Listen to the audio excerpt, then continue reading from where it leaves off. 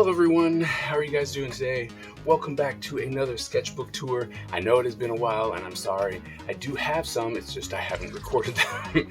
So I wanted to go ahead and get to this because for the rest of the year I will be pumping out a lot more sketchbooks. So I wanted to go ahead and start with this one, which is something that I did with my kids and with my students and my fellow comrades. So, we're just going to jump right into this and yeah, let's check out the sketchbook. As you can see, never fails, stickers everywhere. It's just what I do. So with this one, as I was trying to fill sketchbooks with my students, I figured it would be good to start doing hands. And so just a lot of hand reference, trying to get better at hands. It's something that I definitely struggle with. So constant practice is just something that needs to happen. It doesn't go away.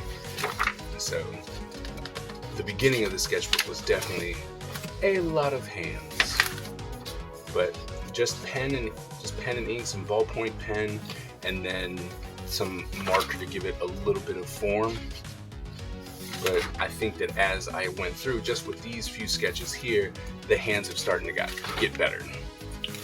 And one thing that I've been trying to do is to do a lot more pen work, just to make sure that the decisions that I make are more concrete the first time, instead of doing a whole lot of scribbles. But sometimes you just don't know what you're trying to do to try and get that right, so you just scribble a lot. But the pen lets you see when you're making mistakes, because you can't really get rid of them. So just pen and ink. And I love this real quick marker idea, just coming in with a gray to just pop out some of the values to give it a little bit more form. The one thing that I would definitely recommend when doing something like this is to use a lighter color, because the darker it gets, the more it overpowers the actual drawing. I can't even tell you. I have no idea. And so then, if you guys have been following the channel, you'll know that I've been doing these 10-minute drawings, especially with my students.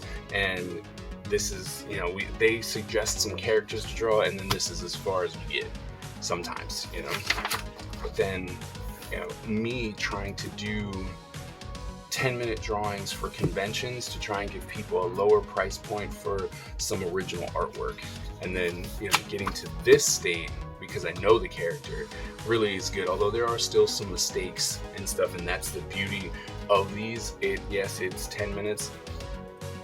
And yes, you get some original art, but you can tell if you look that there are some mistakes being made, at least for me, because if I were to come back through, I would tighten up these lines, I'd make sure the webs were connecting and stuff like that. But when you've only got 10 minutes, you gotta make some decisions, some choices, and sometimes they don't come out right. It just doesn't look as good as it could, but sometimes you'll get a pretty cool doll zine and it works, right?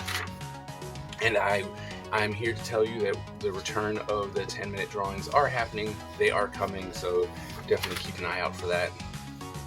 And then also for me, because I'm such a slow artist, these 10-minute drawings really do help.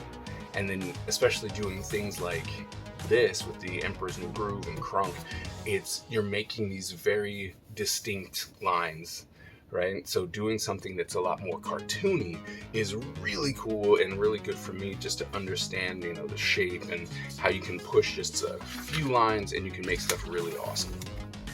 These were notes from Comic Arts Forum from SCAD. They're doing it virtually, so I was able to join in on that, so that was nice. And then as you can see, just coming in with the Sharpie, no underlines, no nothing, just Sharpie. 10-minute drawings, and then gestures, just trying to keep up with drawing different body types, trying to make sure that you just understand better, right? And then pen. And something that I've also told my students was, it's okay to go ahead and copy your favorite artist, right? Like if you're going to do, like if I was to grab a comic and draw the comic, that's fine, as long as you're doing it for like research and practice, and you're not going, oh yeah, I designed this or I drew this. Like, no, I had reference and I drew the reference so that I could better understand, you know, certain things, like what can I do with the mouth, how much can I push this to get an expression, that kind of thing. And then I'll come back and I'll do a 10-minute drawing. Right. See, guys, this storm shadow got a little thin. he didn't work out that well, right? And then you don't finish either, right? There are times when you just don't finish.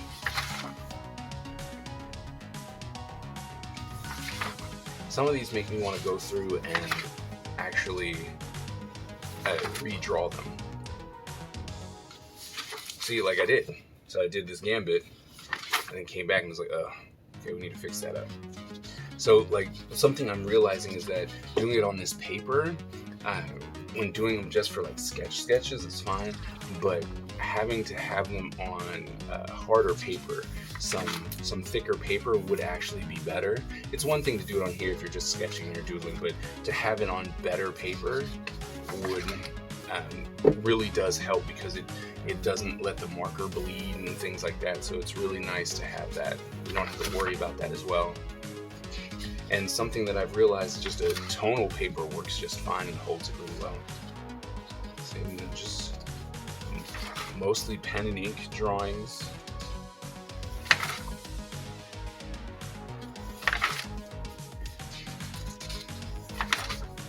Oof, really bad Sonic. See, and this is what I'm talking about, like this pen and ink, doing this kind of thing is really cool, but the marker I had was too dark, so it's overpowering the ink. I really do like this. This one was really cool. It's Mojo Jojo. I like the way he came out. They're mostly all suggestions from students. Don't know why I drew a wolf. Oh yeah, I do. So these were drawings with my daughter.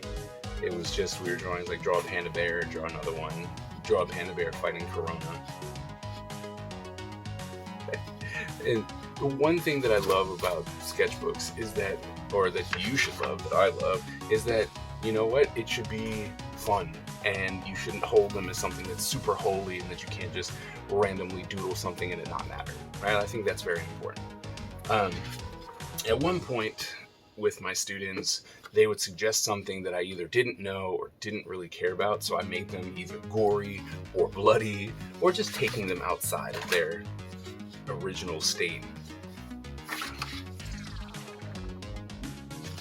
You know, so Jack Skellington. Ideas for just a storage box, still might be working on. Pen and ink, little JoJo. Poses that don't necessarily work. My hero, changing it to what my style would kind of look like for my hero. Really not finished, tough. Really didn't work. See, and then it's just these dark colors without, like I wasn't able to come in with a Sharpie to really tone that out.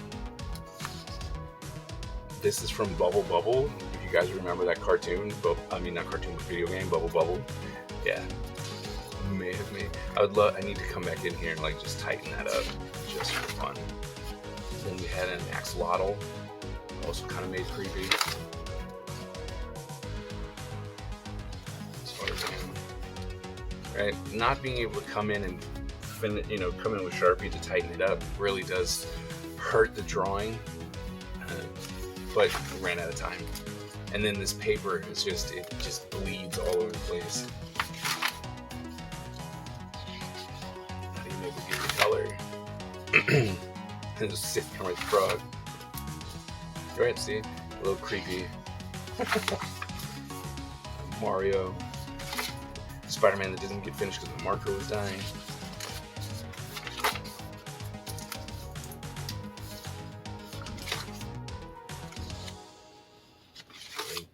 Courage. A little bit of Raven. Crazy evil Pikachu. And I stuck the pencil because the students were like, "Hey, let's draw Poison Ivy," and I was like, "Oh, all right."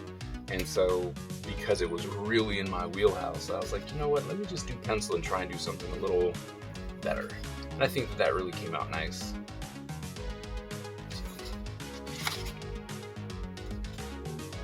I don't really even remember.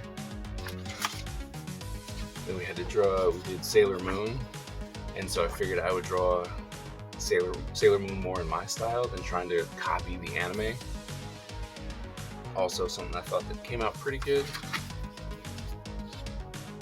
10-minute drawings. Evil Peter Pan. And they really started changing things. They're like, let's draw a koi fish. I'm like, okay.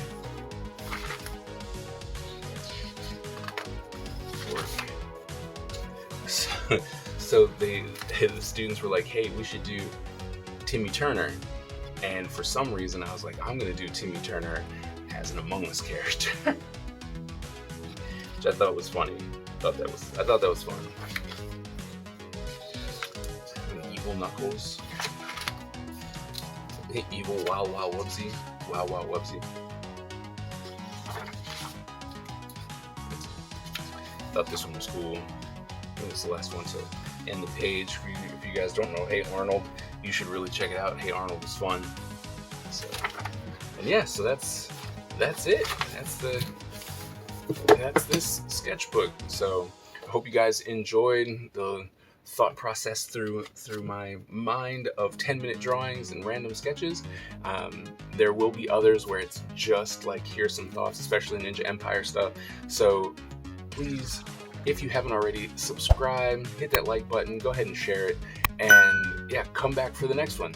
Thank you guys so very much, and I'll see you guys at the next one.